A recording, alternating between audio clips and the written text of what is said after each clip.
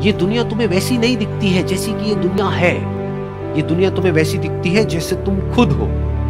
जिसकी नजर जैसी है उसके लिए ये दुनिया वैसी ही है। तो अगर तुम अपनी दुनिया को बदलना चाहते हो तो उसका सिर्फ एक तरीका है, अपनी नजर को बदलो।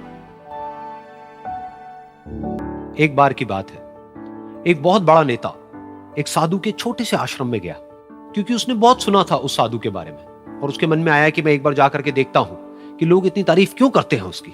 तो जब वो उस आश्रम में गया तो वहां पर एक छोटा सा कमरा था जहां पर एक कालीन बिछा हुआ था।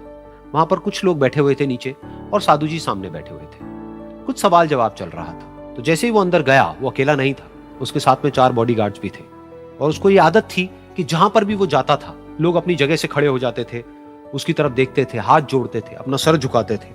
लेकिन यहां पर ऐसा कुछ भी नहीं हुआ। साधु ने उसकी तरफ देखा तक नहीं, क्योंकि वो साधु किसी के सवाल का जवाब दे रहे थे। लेकिन नेता को इस बात पे गुस्सा आ गया। नेता को लगा कि ये मेरी बेइज्जती है। तो उस नेता ने साधु की बात को बीच में ही काटते हुए थोड़ा गुस्से से कहा, मैं आपसे कुछ कहना चाहता हूं। साधु ने उसकी तरफ देखा और बोले, आप थोड़ी देर रुकिए, पहले मैं इनके सवाल का जवाब दे लूं, उसके बाद में मैं आपसे बात करूंगा। तब तक अगर आप चाहें तो आप बैठ सकते हैं। बस साधु का इतना कहने की देर थी। नेता का चेहरा गुस्से से लाल हो गया और फिर उसने अपना सारा गुस्सा उस साधु के ऊपर निकाल दिया। अभी तक वो नेता बहुत ही तमीज से बात कर रहा था, यानी कि आप कह करके बात कर रहा था। अब वो तू तड़ाक पे उतर आया। नेता ने उस साधु को कहा, तुझे पता भी है मैं कौन हूं और तू किससे बात कर रहा है? साधु ने उसकी तरफ देखा और कहा, मुझे इससे कोई फर्क नहीं पड़ता कि आप कौन हैं, लेकिन आप जो कोई भी हैं, अगर आप चाहते हैं कि मैं आपके सवाल का जवाब दूं या आपसे बात करूं तो आपको कुछ देर रुकना होगा। और साधु के ये कहते ही नेता गुस्से से पागल हो गया और वहीं सबके सामने चीखने चिल्लाने लग गया, अब मैं तुझे तेरी असली औकात दिखाऊंगा। तूने मुझसे पंगा लेकर के ठीक नहीं किया है। तुझे पता भी है मैं तेरे बारे में क्या सोचता हूं। साधु ने फिर से उसकी तरफ देखा और बड़े ही प्रेम से कहा कि मुझे इससे कोई फर्क नहीं पड़ता है कि आप मेरे बारे में क्या सोचते हैं।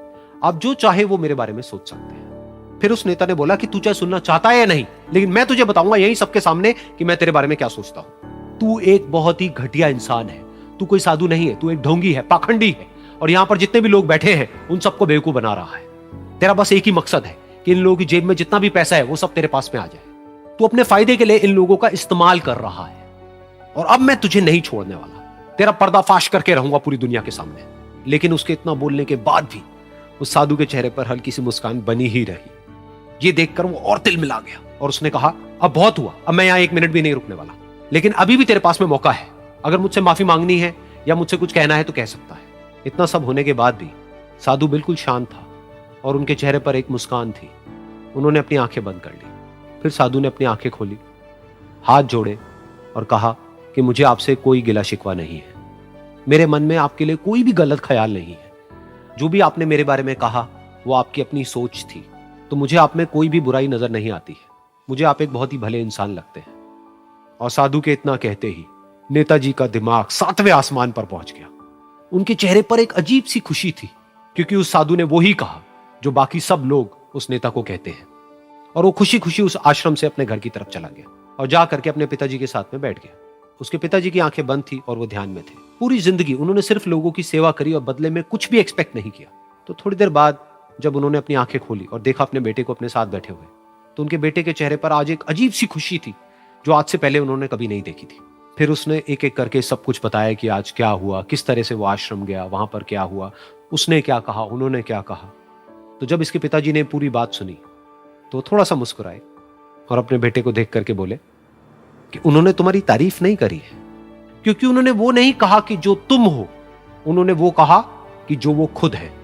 और तुमने जो भी कुछ उनको कहा वो नहीं कहा कि जो वो है, बल्कि तुमने वो कहा जो तुम खुद हो।